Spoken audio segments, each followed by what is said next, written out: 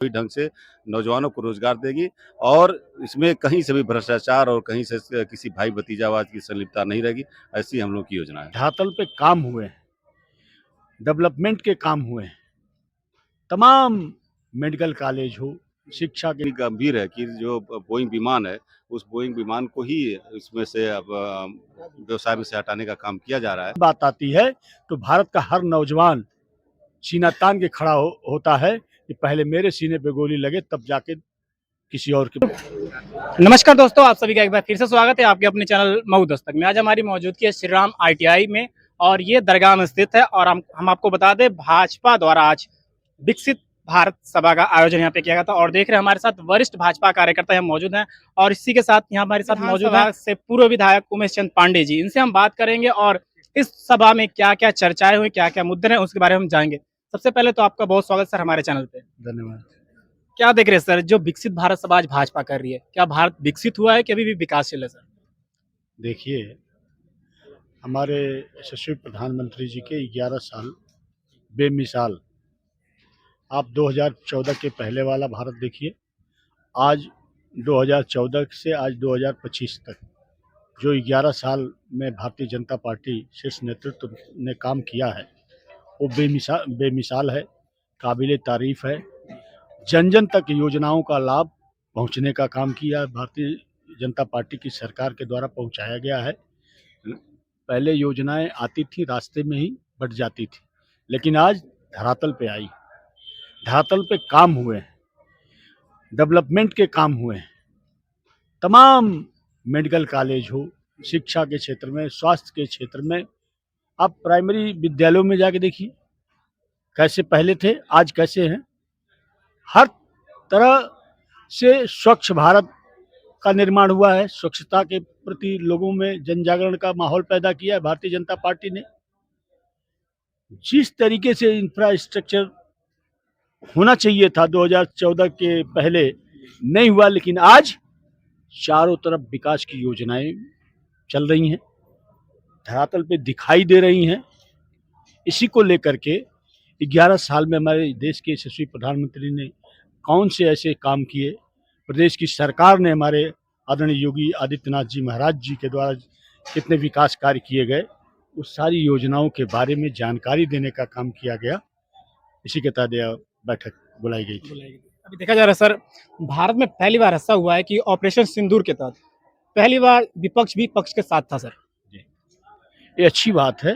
अगर हम इस देश के नागरिक हैं, तो हमारा दायित्व बनता है, पक्ष हो या विपक्ष, जब हमारे भारत देश की बात आती है तो भारत का हर नौजवान सीना तान के खड़ा होता है कि पहले मेरे सीने पे गोली लगे तब जाके किसी और के पर लगे। तो इस तरीके के विचार लोगों के होने चाहिए। उसी के तहत हमारे देश के यशस्वी प्रधानमंत्री ने हर पार्टी के सांसदों को 27 देशों में भेजने का काम किया कि जाकर के बताइए कि पाकिस्तान की कारस्तानी क्या है, वो कहता क्या है और करता क्या है।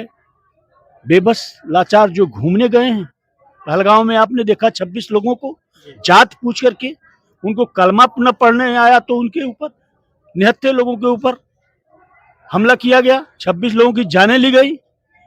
तो हमारे शीर्ष नेतृत्व ने फैसला लिया, सेना को खुली छूट दिया कि उन्होंने 26 मारा, हमने 100 मारे, 100 मार करके आपको दिखाया और 9 आतंकी ठिकानों को ध्वस्त करने का काम किया।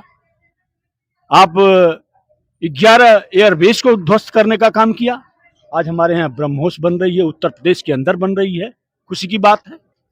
आप उन विपक्ष के लोगों को क्या कहना चाहेंगे जो लगातार भारतीय जनता पार्टी पे सवाल उठाते रहते हैं सर? वो तो वोट की राजनीति की बात करते हैं, उनको क्या करना है कुछ। भाई, विपक्ष के पास कोई मुद्दा तो है नहीं। उन लोगों ने जब उनको मौका मिला तो जो देश को और प्रदेश को देना चाहिए, विकास की मुख्य धारा में आना चाहिए, लोगों को लाना चाहिए, तो ला नहीं पाए। आज भारतीय जनता पार्टी जब देख रहे हैं कि हम कहीं भारतीय जनता पार्टी से मुकाबला नहीं कर सकते, तो कुछ न कुछ अनर्गल आरोप लगाने का काम करते हैं और करते रहेंगे। देखिए, हमने बात की भूतपूर्व विधायक मधुबन विधानसभा उमेश चंद पांडे जी से और काफी उनके बढ़िया पूर्व विधायक जी से हमारे साथ यहाँ सर मौजूद है। बात कर, क्या नाम है सर आपका? अखिलेश तिवारी क्षेत्रीय मंत्री भाजपा गोरखपुर से। देखिए, आप जैसा सर से बात की हमने, इन्होंने भाजपा के जो 11 वर्ष के कार्यकाल थे, उनकी सफलता के बारे में बताएं, क्या देख रहे हैं? अभी भी रोजगार को लेकर एक बड़ा मुद्दा सामने दिख रहा है भारत में सर। अब रोजगार के मुद्दे पर आपने पहला सवाल किया है तो आपको जानकारी होनी चाहिए। आज ही लखनऊ में जी। जो सिपाही भर्ती हुई थी उसका नियुक्ति पत्र हमारे गृह मंत्री जी और मुख्यमंत्री जी बांट रहे हैं और यह प्रक्रिया बहुत तेज चलेगी, क्योंकि बीच में कुछ चीज़ें थी, कोरोना काल था, बहुत हमारे प्रदेश की अर्थव्यवस्था ठीक नहीं थी। ये सब चीज़ों को ठीक करते हुए भर्ती अभियान शुरू हुआ है। अभी और भर्तियां आने वाली हैं और सरकार रोजगार के मुद्दे पर, और आप देखेंगे केवल सरकारी नौकरी पाना ही जो है रोजगार नहीं होता है। सरकार की जिम्मेदारी लोगों को रोटी कपड़ा और मकान मुहैया कराना, और कैसे आएगा ये नहीं जरूरी है कि सरकारी नौकरी पाए उसी को आप रोजगार मानेंगे। स्टार्टअप के माध्यम से तो आप देखेंगे अभी मुख्यमंत्री युवा उद्यमी योजना चल रही है, 5 लाख का लोन सरकार बांट रही है जो कि ब्याज मुक्त है। तो ऐसे बहुत सारे काम करने से जैसे इस प्रदेश के नौजवानों को काम मिले और सब लोग अपने आत्मनिर्भर खड़े हो सकें। जैसा आपने कहा कि लखनऊ में आज प्रशस्ति पत्र जो बांटे गए हैं नवनियुक्त जो पुलिस कर्मी हैं उनको, ऐसा देखा जाए सर, लगातार जो शिक्षक भर्ती को लेकर जो अभ्यर्थी हैं, इको गार्डन में धरना दे रहे हैं सर। देखिए, कहीं न कहीं तकनीकी खामियां थी जो कि पहले के जो लोग बैठे हुए थे, जिनकी आदतें थी कि पर्चा लीक आउट करना, सेंधमारी करना या पैसे के बल पर ऐसे लोगों के द्वारा काफ़ी षड्यंत्र और रंगेबाजी की गई। उनको ठीक करते हुए सरकार जो है एक निष्पक्ष और प्रभावी ढंग से नौजवानों को रोजगार देगी और इसमें कहीं से भी भ्रष्टाचार और कहीं से किसी भाई भतीजावाद की संलिप्तता नहीं रहेगी। ऐसी हम लोग की योजना है। भारत माता की। सर से हमने बात की और इन्होंने जो भाजपा के थे और शिक्षक भर्ती को लेकर क्या देख रहे हैं सर, भविष्य में भाजपा किस प्रकार अब निखरने वाली है?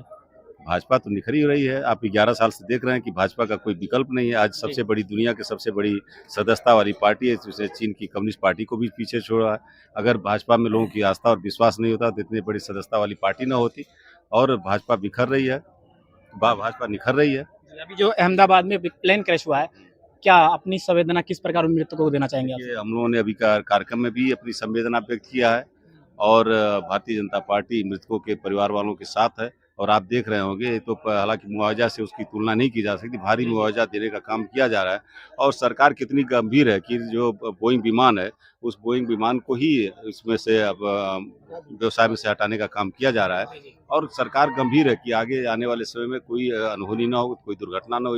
प्रधानमंत्री खुद मौके पर जा करके उन्होंने जायजा लिया है और वहीं पर हेलीपैड पर और एयरपोर्ट पर ही उन्होंने सारी व्यवस्था करके और मीटिंग करके कितनी गंभीरता से काम करने का काम किया है। हमारी सरकार पूरी संवेदनशीलता के साथ मृतक के परिजनों की सहायता करने में लगी हुई है और आगे भी उनका पूरा हर संभव मदद किया जाएगा। तो आज आपने देखा श्री राम ITI दरगाह में विकसित भारत सभा जो भाजपा जो भारतीय जनता पार्टी द्वारा यहाँ पे आयोजन किया गया था। सर थे, वरिष्ठ लोग थे, इनसे हमने बात की और काफी गंभीर विषय पर इन्होंने चर्चा की और सबसे बड़ी बात यह थी अहमदाबाद में जो प्लेन क्रैश हुआ था उसको लेकर यहाँ पार्टी के द्वारा संवेदना व्यक्त की गई। ऐसे और खबरों के लिए हमारे चैनल को लाइक शेयर और सब्सक्राइब करना ना भूलें। मिलते किसी और तब तक के लिए धन्यवाद।